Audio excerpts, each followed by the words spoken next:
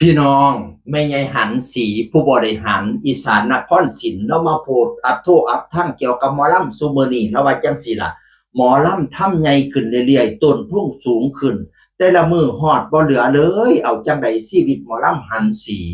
แม่นอีหลีพี่น้องเฮ็ดใหญ่ขึ้นเรื่อยๆคณะใดก็ได้แข่งกันตัวตั้งแต่กี่เวทีน้อยๆบัดนี้ผู้หนึงขยายผู้สองก็ต้องขยาย ขยายแข่งกันมีตั้งแต่คณะใหญ่ๆแข่งกันเดินเวทีก็ได้พี่น้องโซ่ว่าสันแต่ละโซ่โอ้ยเป็นแสนนะแต่ละโซ่แต่ละสุดนะพี่น้องบัดนี้ต้นทุนนั้นสูงค่าจ้างก็ต้องสูงแม่นบ่ลางเที่ยไทบ้านก็สู้บ่ไหวดิบุญผ้าป่าบุญกฐินตั้งกี้น่ะโอ้ยเจ้าภาพจ้างมาให้เบิ่งฟรีเดี๋ยวนี้จ้างบ่ไหวจะต้องให้พี่น้องน่ะ สังกะสีเราก็เก็บบัตรกับพี่น้องตื่มบ่สั่นบ่พอค่าหมอลำบัตรบ่ได้เสียเงินทำบุญให้บัตรพี่น้องเป็นจังซั่นเพราะว่าถ้าหมอลำสิเก็บถูกก็บ่ได้เพราะว่าหมอลำก็ลงทุนหลายแม่นบ่บัดนี้แม่ยายหันว่าเห็นบ่มีแต่ค่าลงทุนเพิ่มขึ้นเรื่อยจ่ายนั่นจ่ายนี่เอาเปิ่นมาเอาไปเอามาแต่ละมื้อบ่เหลือหยังหมอลำก็บ่เหลือหยังเพราะว่าลงทุนหลาย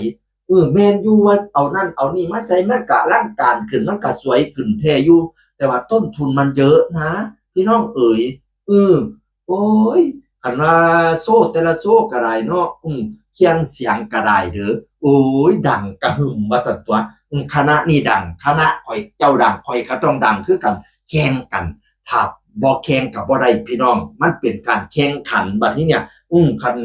คณะเพิ่นดีเฮาบ่ดีก็บ่มีไผจ้างสินั่นน่ะพี่น้องแข่งกันไปแข่งกันมาโอ๊ยค่าจ้างแต่ละมื้อบ่เหลือหยังว่าซั่นแม่ยายหันบานนั่นล่ะพี่น้องลางเที่ยเคียงเสียงเนาะชื่อว่าซั่นเคียงดังบัดไปแสดงอีหลีบัดนี้เปิดก็บ่ได้เขาเจ้าร้องเรียนแหน่ตำรวจมาบอกแหน่จังว่าเคียงเสียงซื้อไป100ได้เปิดแค่